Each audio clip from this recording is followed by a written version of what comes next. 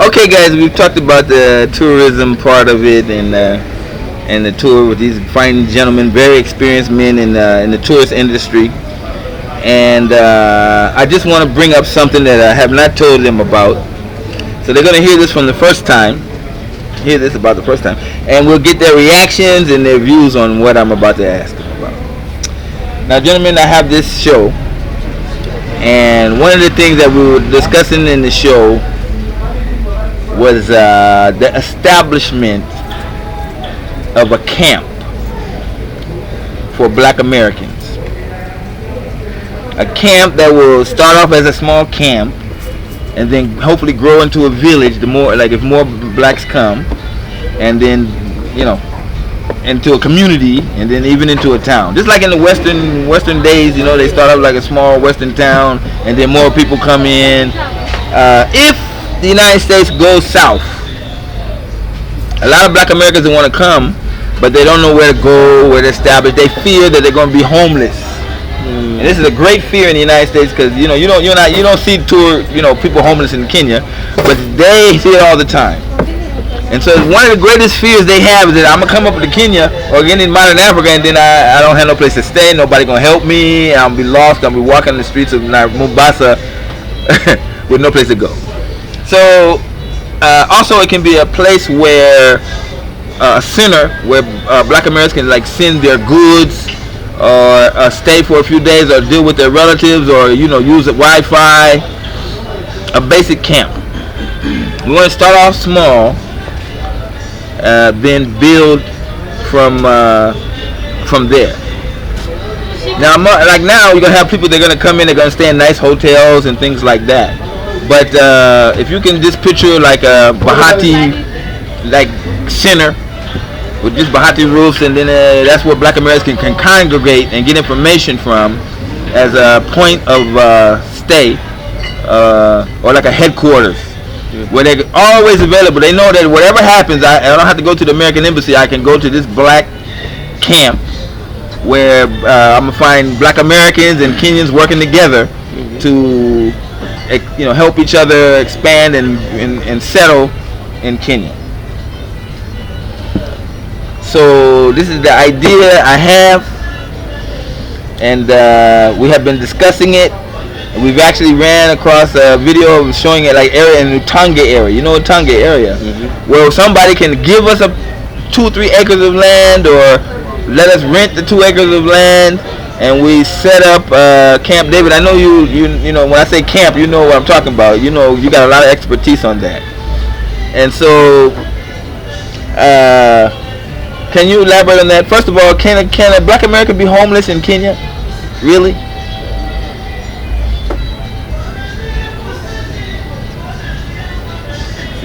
I think it's a question to you. It's a question. Can a Black American be here, be destitute? No one will help him. Oh, what I would say is that first of all, Kenyans are very, very welcoming of strangers. Yeah. And the chance that a foreigner can be walking the streets here with no help of any sort, I think, especially if he's black and he's an American, people automatically identify with their people of their skin color, and it's not a racist thing. It's just they will look at you as a person who they can help. Yeah. Okay, that's the thing, that in America I can be broke, poor, and my own family members won't help me. So people have that stigma. But now I was excited about this idea of developing a camp. David, I see you looking like that. Can you give me some, what do you think it can work out, or no, or yes? Can a camp grow into a village if we constantly have new Black Americans coming into the country on a regular basis? And they say, I don't want to spend the hotel fees. I want to spend like 3 weeks in the camp, save money to do other things, ABCD. Okay, I think you may have had more time than us to think about it. No, I want you to give your opinion. The wheels in my head are beginning to sort of. I was thinking about that's why I saved this, and I wanted to make it off the cuff. I'm beginning to think about it, and okay, two things that come to mind. You're speaking about an urban area. Utange. Mombasa, yeah. Nairobi. Yeah. No, Mombasa only. Mombasa only. Only Mombasa, somewhere where somebody got some 2 acres of land in a space, not too far from the the main road. Yeah. But where there's electricity, where there's Wi-Fi, not in the bush.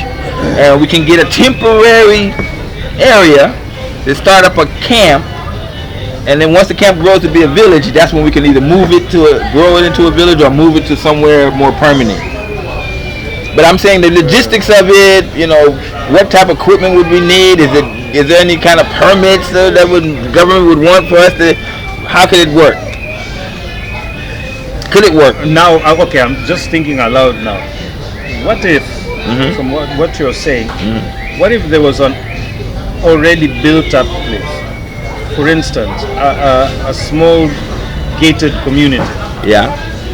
With several housing units, maybe a central office, something like that, or an apartment block with a little bit of space that is already built up. So you're not talking about constructing something from scratch.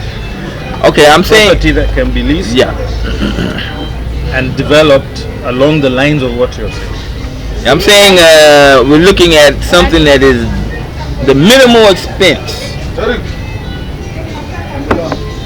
Like squatters somehow, but not squatters. I mean, black people have money, but I wanted to make it where if there is an influx of blacks, they may probably stay in hotels, may stay with each other, but if they needed to spend some time, let's say they overstayed their visit, and their budget is a little bit tight, there's a place they can go where the guys can just like a room, a bed in a room, and food is available and Wi-Fi is available. It's not something where I think it a lot will also depend on expectations. Because if you're starting up like a brand new property like that or a project like that, people, unless you get a good investment to build infrastructure, running water, toilets, showers, hot water, those kind of things. So there's 2 ways of looking at it. You can do it like, I'll use a British phrase, roughing it. Roughing it, Roughing it, where, you get the call of nature and you gotta walk outside. There's an outhouse. Yeah. Okay, which is just a pit. Yeah. Okay. You can go that way, or you can do something a bit slightly more sophisticated. Yeah. Which is like some form of housing. Basic, but acceptable, with probably with a fan and a place to cook. Because if there's one thing that can really work is cooking, because food is very cheap compared. And by the way, remember, here we eat everything organic. Our food is all organic. No GMOs. There is no GMOs. And because I understand in many Western countries there is this idea of organic food is more expensive than GMO food. Here everything is organic. The cows eat grass. Yeah, our cows eat grass. Our goats eat bush, in the bush. So it's much cheaper to we're survive. All vegetarian. It's much easier to survive in terms of feeding yourself. It's much cheaper. But it depends on what somebody's looking for. If they're looking for those home comforts, you want hot water, you want electricity immediately, you want running water, that will take some sort of investment. Well, okay, I'm not saying that the camp is for, we're not trying to build a hotel. Yeah. We're just trying to put it like a cheap location, but a stable one where you can live basically comfortable, roof over your head, bed, food, internet, and electricity or gas to cook. So that one would be. Have you heard of prefabricated housing? I've heard of prefabricated housing. That would be an option. Okay. Because they come fully fitted with everything. Yeah. They show the guy. But they want to be temporary. Yeah, you can move it. Yeah, you can move it. You can move it. Yeah. I've seen that happen in Kenya. Yeah. What you need for that? say they had a way of coming. There are rules that regulate ownership of land in Kenya, where a certain percentage of ownership must be local. It can't be 100% foreign owned. There has to be some sort of local involvement. That's what I'm saying. The establishment of a camp is land that is obviously basically owned by somebody that's Kenyan. But we rent it. You can rent the land. Now we can say lease the land or rent the land. And then and leasing is cheap. And then we see how it goes. I mean, now we say like if 15 people come into the camp and then they bring in a little money, donate money into the camp and expand it, that's good. Then another 20, 30, you know, because we'll take photos of the camp and then people can say, okay, now I can make that trip, you see. Now it may grow because, I mean, there's millions of I wouldn't say millions, I would say like hundreds of thousands of black diaspora that for the sake of not knowing anybody in the country, knowing where to go, you see. But if you say there's a camp and this is where we all hang out, they can say, okay, that's where I'll go to start my journey in Africa. And then from there, they can spend a week in the camp, they can spend a month in the camp, you see. They put in a little money what they have. The camp will have donors from the diaspora that'll keep the camp going. You know, we'll be able to say this is what's going on in the camp. The camp needs 50,000 shillings for ABCD, for whatever, and then we take in support or donations, and everybody that donates and supports will have an access to the camp. See? So you know, it's just an idea, but I know that if I was coming to Kenya and I didn't know where I was anybody there, I know if I had a camp where I can go and see black people, not the American Embassy or anything like that, but where black people is only there, and you know, I can listen to some Al Green and hang out and talk to people from all different parts of the country. Well, how long you been here? I've been here for like 2 weeks, man. You know, I'm going back on Thursday. I'm coming back on Tuesday. You know, meet my girl. You know, oh, what's her name? You know, this is purity. Oh, okay, how you doing? You know, that kind of thing. You know, it can be wild camp or it can be a disciplined camp. But I think in Kenya there are few places. Do you remember some years ago there was this on the beach? There was this campsite. Campus Haven. Something like that. It had a building block. You could pitch your tent somewhere, but there was showers and toilets, and then there was a kitchen. You can go and cook your own food. Cook your own stuff, basic equipment, something like that. Now I would think it is a level. I'm talking about a camp that's the level above that. Not something maybe that have like, you know, the brick walls up to like, you know, 3 feet, and then a canvas top, you know, or a kabati top, like that. Something that's not so semi-permanent, but you know, black people have money. And with the exchange rate, it can be not just a camp with tents. You know what I'm saying? It can be really nicely established. You see, like for instance, Shasha Camp. There's a place in Taita. It's on 10 acres plus. 10 little simple Rondeville huts, self-contained, but it's a commercial place. But in my mind, I'm thinking of something like that. To understand what you're saying.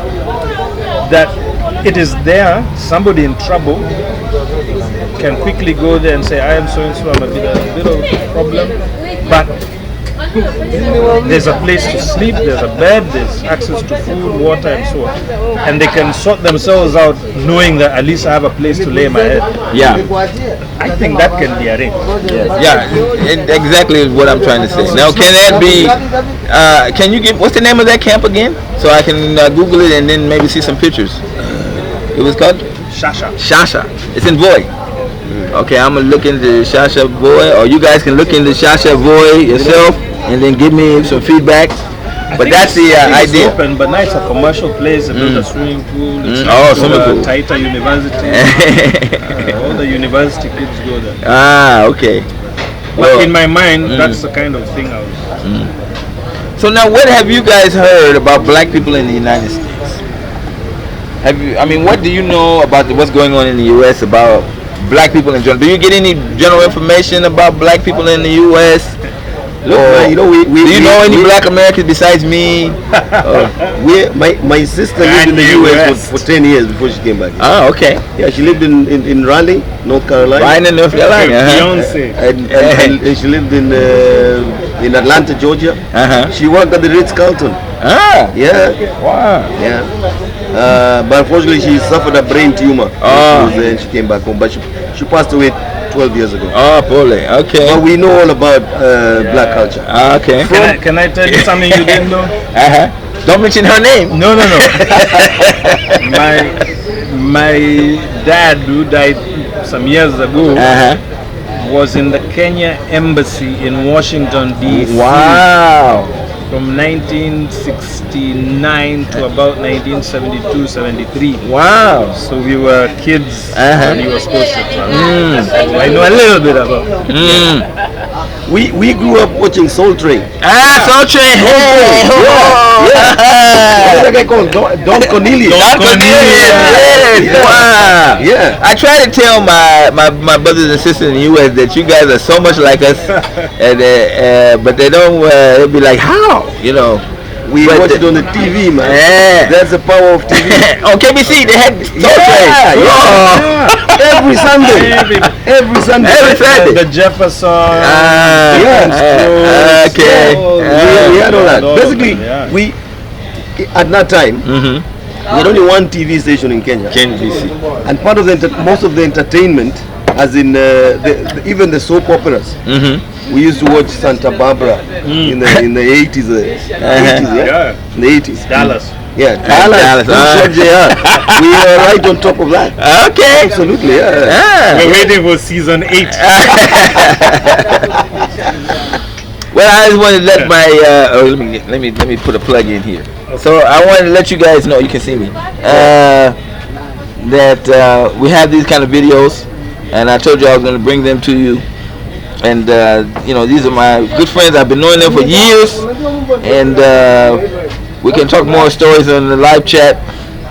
But we're definitely going to get a lot of good information. You guys put in your comments, and then we're going to have another show with these guys to answer some of your questions that you might have.